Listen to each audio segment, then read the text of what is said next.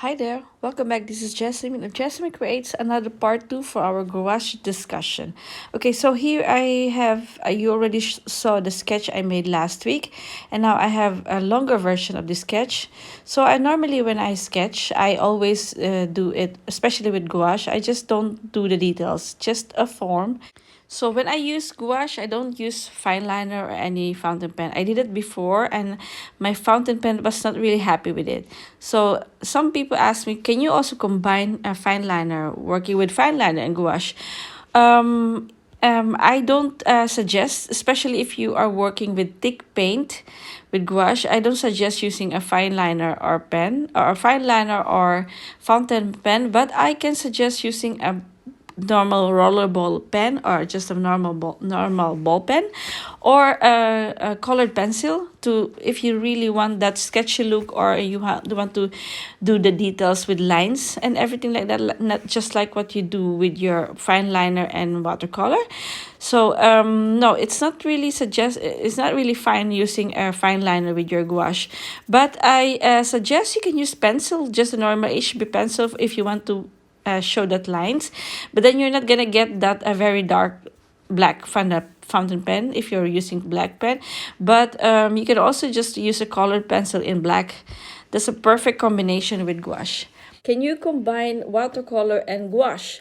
Yes, of course, it's possible, but you need to consider that watercolor is translucent, transparent, and gouache is opaque. So if you're gonna do it first, you start with gouache and then watercolor. I don't suggest that. You can try, you can practice it if you want, you can experiment, but I prefer more other way. So first with watercolor to get that washy look or transparent look under painting, and then later on with your gouache, try to build your color for details. What's the best way to start with sketching with gouache? For me, my experience, I normally go for a technique like big shapes to small shapes. And I don't really do anything like immediately from the beginning. From step one, I'm already doing the details. And normally I work everywhere, the whole scale of my sketch, so I don't really only focus on table. And when I finish with table, I go with chair, and when I go with chair, I go with jackets.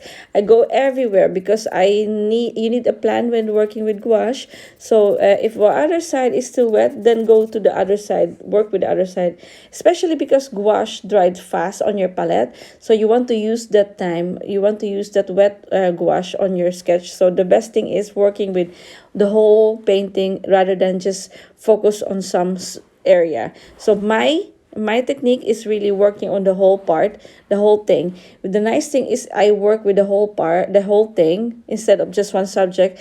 I already have connection for all elements in one painting. And I might start with abstract form or a little bit like washi or something. You don't really see what I'm going on, but they have connections. And some people do it like per subject because yeah, it's different from style. Some people just do it like illustrative, but I'm more like in a direction of painting rather than illustrative way. So yeah, I first go with big shapes and then small shapes. Next question, what brushes I use on sketching with gouache? I use synthetic brushes. I don't use my watercolor brushes for this, especially the pure sable hair brushes. For watercolor, I don't use it for gouache because they're too soft for my technique, and because gouache is heavy paint, I don't really like working with it. But if I use it for underpainting, I can use watercolor, but I really use it rare, the watercolor brushes. And I clean it very well if I want to use it with gouache, because gouache can make your brush also hard, and I don't want to ruin my watercolor brushes with that. So normally I just use the cheap synthetic brushes that we have in the market, very cheap brand. Okay with this, but here I'm using Winsor and Newton foundation brushes, and also from the Etcher gouache brushes.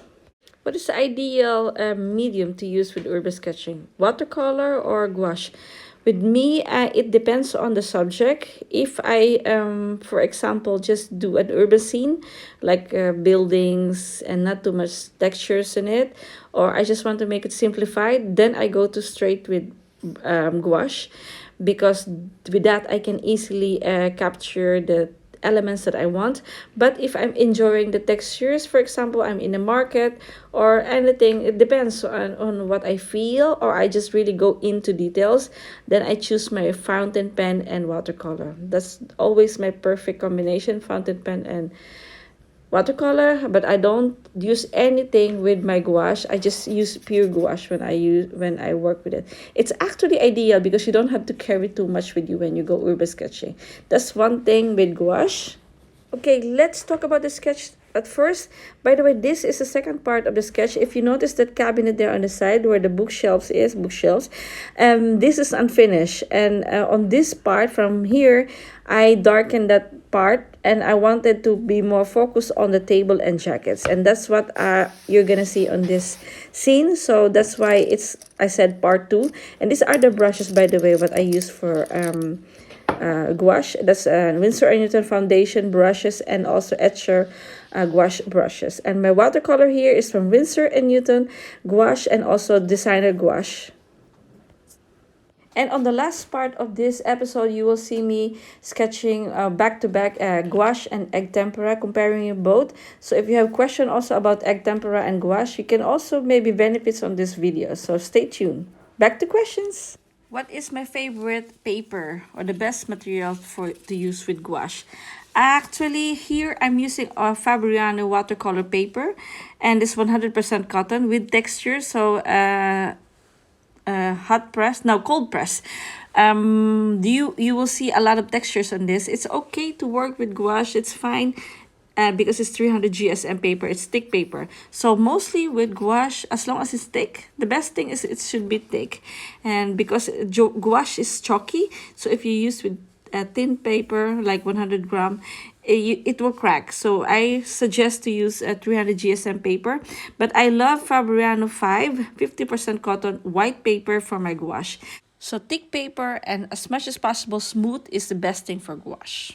Okay, that's it for questions. And now let's go to the back-to-back demo of gouache and egg tempera. And if you have more questions, just comment down below and I'm ready to answer all those questions. A little bit of my experience of 2 medium gouache and egg tempera, or egg tempera. What I have here, let's say here I'm using sennelier. So I have here egg tempera from ultramarine blue, burnt sienna, and lemon yellow. So I'm also gonna pick up here something almost the same from my gouache. I have ultramarine blue. Here I have lemon yellow, burnt sienna. So here I have 3 paint from both sides. So I have here from Winsor & Newton designer gouache, which is a good quality gouache. And here I have a tempera, egg tempera, or egg tempera in English. This is from Sennelier. I used it lately and I was just surprised with the result, with the effect of this 2 medium. So I want to show it to you if you are curious of what's this 2 actually benefits. The first thing first, they are both water soluble. So I'm gonna have here my sketchbook. It's not primed, so I don't know if there's an effect with that. This is made with my egg tempera. It's not finished yet. I'm still working on the leaves. This is egg tempera. It's very matte and I really like the effect of this. But I was just surprised because if you compare it to my gouache, I don't see the difference in it. And I thought like I'm gonna try this one. Maybe when I compare it one by one, maybe I will see more the difference. So I'm gonna put here, I have here a simple subject plant. Is my lemon yellow from Winsor & Newton gouache. Color lemon yellow, burnt umber, ultramarine blue, and white. I'm gonna compare them both. I have your etcher brush. And if you have experience with this egg tempera, let me know, because I'm so curious what's your experience with this. So now I'm mixing here a little bit of grayish tone. Perfect. So as usual, this is how I do with my gouache. Like what I told you, I always use like a rough sketch, a little bit of abstract, and then I go with actually overall on my sketch. I'm just gonna quickly show you here the gouache process, and later on I'm gonna discuss about the egg tempera or egg tempera. Why I always say egg tempera? Well, I is actually egg in Dutch, and I get used to say egg tempera, and yeah, then you know why. It's wet, it's dry. I will add the finishing touch, the white part. White is from the whitest area. I just add one. Okay, that's my gouache. Now I'm gonna use the same technique what I did. Okay, the quality of the tempera, no, it's more opaque than gouache from Winsor and Newton. So I don't have too much experience with this medium from egg tempera. This is my first time using this, and I'm just curious, how is your experience with egg tempera? My experience is more actually with the real one with egg yolk, and this is my first time using this on a tube. This is already a phase where it's almost dry. So here I have my brush a little bit moistened, so I'm touching already the area which is dry, and this is what's gonna happen. This part is dry, as you can see. It's covered the part where it's dry, and now I'm cleaning my brush, and a bit moist will be help, and then touching this part. You see that? I can blend it. That's a dry part, and I can blend it. So yeah, I don't know. This one also, let's see if I can blend it. Well, not really so much. For me, I like the effect of egg tempera. The thing is, I don't see the difference. So here I'm using all the leftover gouache on my palette. I'm just putting it as a background on my sketch, so it's not so pretty to throw away. And here is my leftover paint. So as you know, if you mix all the things together, you will get the same color, gray. It's almost drying out now. I can feel it on my brush. That's my my paint is getting dry. Round brush, I was thinking maybe I can try to blend this one. So this is what we do with gouache. If you just wet your brush and try to touch that gouache, it will activate again and it will be more subtle. And now I'm gonna go to the other side, the egg tempera. So I have here my brush. I try to wet this and blend this. See, I can blend it. It's not permanent. You can always rework it. So I have a feeling it's because of the glue they add here, or as a medium. I'm not sure yet. And if you know anything about this brand of paint, let me know.